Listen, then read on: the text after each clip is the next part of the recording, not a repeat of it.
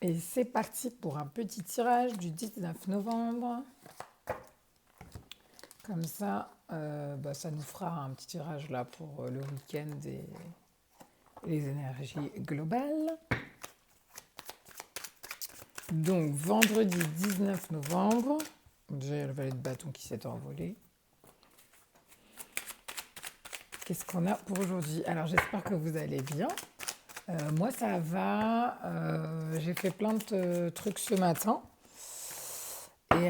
Et là, j'avoue que je peine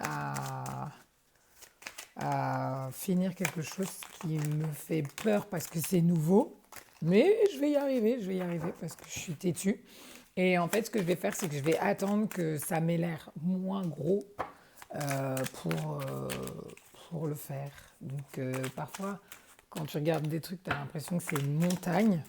Et en fait, après, tu prends juste 2 minutes et pof, le jour d'après ou le jour encore d'après, ça a l'air moins gros et tu as enfin le courage de faire les choses. Donc moi, pour moi, aujourd'hui, c'est ça un peu le truc. Et on va tirer. Ah, aujourd'hui, je fais le tarot de Marseille de Fournier, le classique. Et avec, on va faire une carte de The Enchanted Map de Colette Baron Reed. Donc comme ça, après, je lirai un truc des fleurs. Donc, pour aujourd'hui, 19 novembre, général pour everybody. Bon, c'est parti. Alors, première carte. Ah, encore la reine d'épée. Encore une fois, rester focus sur ses objectifs et essayer de se protéger, protéger son cœur au niveau de tout ce qu'il y a autour, qui pourrait nous déconcentrer de ce qu'on a à faire. Donc, rester concentré euh, pour atteindre nos objectifs. Attendez, on va voir la numéro 2. C'est quoi cette fois-ci? Ah, la lune. Là, c'est la pleine lune avec une éclipse lunaire. Donc, peut-être dans ce week-end, on va avoir des émotions qui vont essayer de nous faire faire le yo-yo. Parce que la lune, c'est la carte des émotions, c'est la carte des choses qui vont nous être révélées. Il peut y avoir des changements donc émotionnels, énergétiques. Et donc, on nous dit là, avec la reine d'épée suivie de la lune, que en fait, de rester concentré malgré les causes extérieures ou les informations extérieures ou les émotions ou les changements qui pourraient en fait un peu nous déstabiliser. Voilà, hein, on est dedans. Moi, je voulais pas faire un tirage pleine lune, mais écoutez, là, c'est les cartes qui sont sorties toutes seules. Moi, j'ai pas le, j'ai rien fait.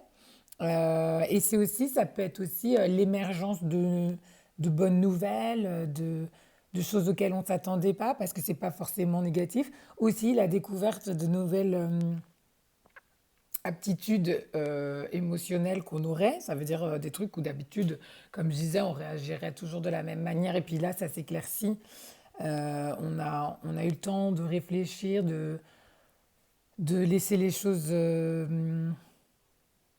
maturer et du coup, on arrive à les accepter en reine d'épée, c'est-à-dire en acceptant nos émotions, mais en restant concentré sur nos objectifs et ce qu'on a à faire.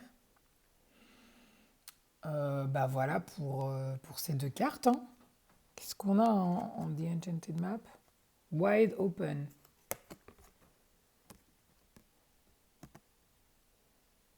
J'ai envie de dire que c'est comme si c'était une nouvelle page hein, qui s'ouvrait avec la carte de Colin Baron Reed. C'est comme Wide Open, c'est vraiment...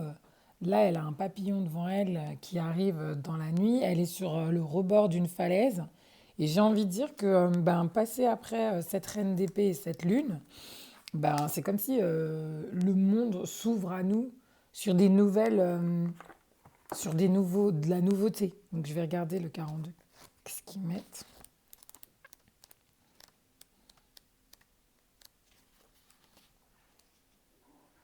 C'est ça. Ils disent, vous êtes libre d'exprimer le fait que vous soyez unique au monde et de le partager avec toutes les possibilités infinies de la vie. C'est ça. Plein d'opportunités sont présentées à vous en ce moment.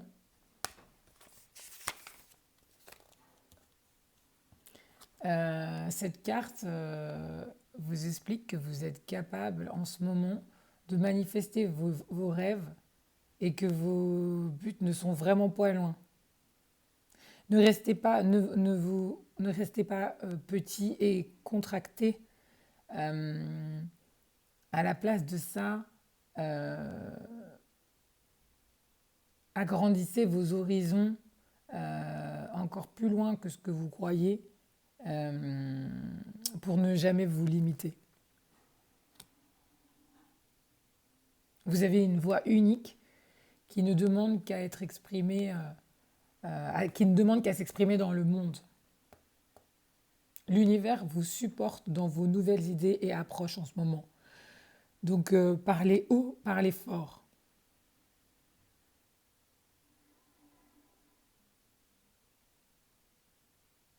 Comment ça s'appelle?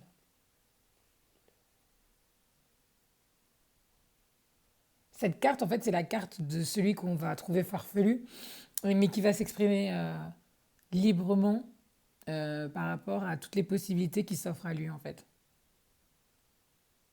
Et donc, autoriser à une meilleure vision de remplacer les vieilles idées euh,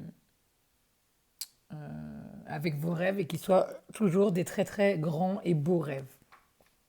Donc, c'est intéressant parce que oui, c'est ça, la reine d'épée aussi, elle peut nous parler. Donc, comme ça, c'est des choses aussi, la lune, donc j'ai dit c'était les émotions, mais c'est aussi l'inconnu.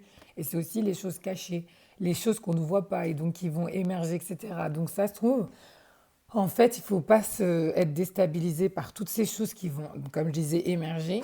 Et surtout, comme on a des objectifs ou des idées ou des envies, ben, même si elles ont l'air un peu farfelues, la carte Wide Open, elle nous dit oui, oui, ben, vas-y, continue à y croire, fais entendre ta voix, avance, avance.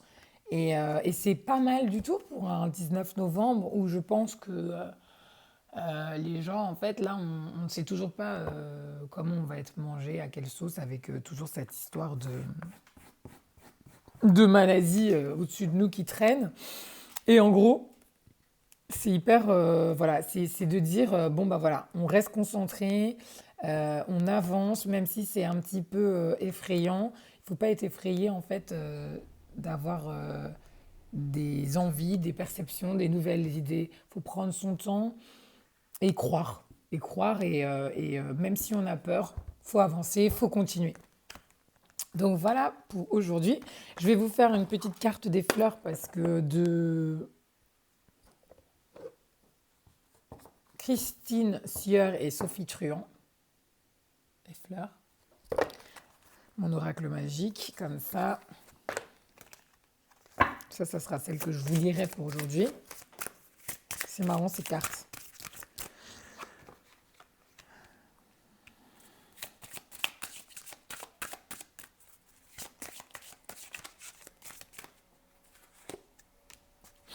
La rose. Qu'est-ce que c'est la rose? Vous avez vu, c'est comme ça.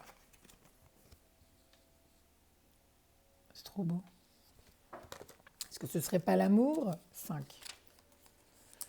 Alors, la rose, esprit du feu. Conscience, perfection, amour avec un grand A. Présente dès l'ère tertiaire comme en témoignent divers fossiles, la rose apparaît dans la plupart des écrits anciens, donc Inde, Chine, Perse, ainsi que dans les écrits mystiques chrétiens. De par sa beauté et son parfum exquis, la rose instigatrice d'une symbolique forte est souvent considérée comme la reine des fleurs. Chez les Grecs, la rose était blanche, mais lorsqu'Adonis, protégé d'Aphrodite, fut blessé à mort, la déesse, en courant vers lui, se piqua à une épine et le sang colora les roses qui lui étaient consacrées. Et c'est ainsi que la couleur mélangée de rouge et de blanc devint l'alliage de la passion et de la pureté, matérialisant le passage du profane vers le sacré, faisant de la rose le symbole de l'amour ou plus encore du don de l'amour. Message. Prends conscience de ce que tu es. La tradition veut qu'à l'origine, la rose possède 36 pétales en référence au nombre 36, considéré comme le nombre de maîtrise et de perfection. La rose vous fait prendre conscience de l'amour universel. Elle vous ouvre à l'harmonie des lois de l'univers, aligne vos émotions sur le réel et désigne la perfection achevée. Tout est à sa place malgré des apparences qui suggéreraient l'inverse. Source de renaissance et de sublimation, la rose vous assigne à être vous-même en vérité et en pleine conscience. Pas mal. Prends conscience de ce que tu es. C'est aussi pas mal aussi la reine d'épée, parce que la reine d'épée, elle a enfin le courage d'être aussi qui elle est, parce qu'elle a vu et elle a vécu et compris pas mal de choses, et du coup, elle y va, quoi, en conscience. Donc c'est pas mal du tout comme tirage pour aujourd'hui. Bon, eh ben j'espère que ce petit tirage vous a fait du bien. Je vous souhaite de passer un bon week-end et je vous dis à très bientôt. Je vous embrasse très fort et gros bisous.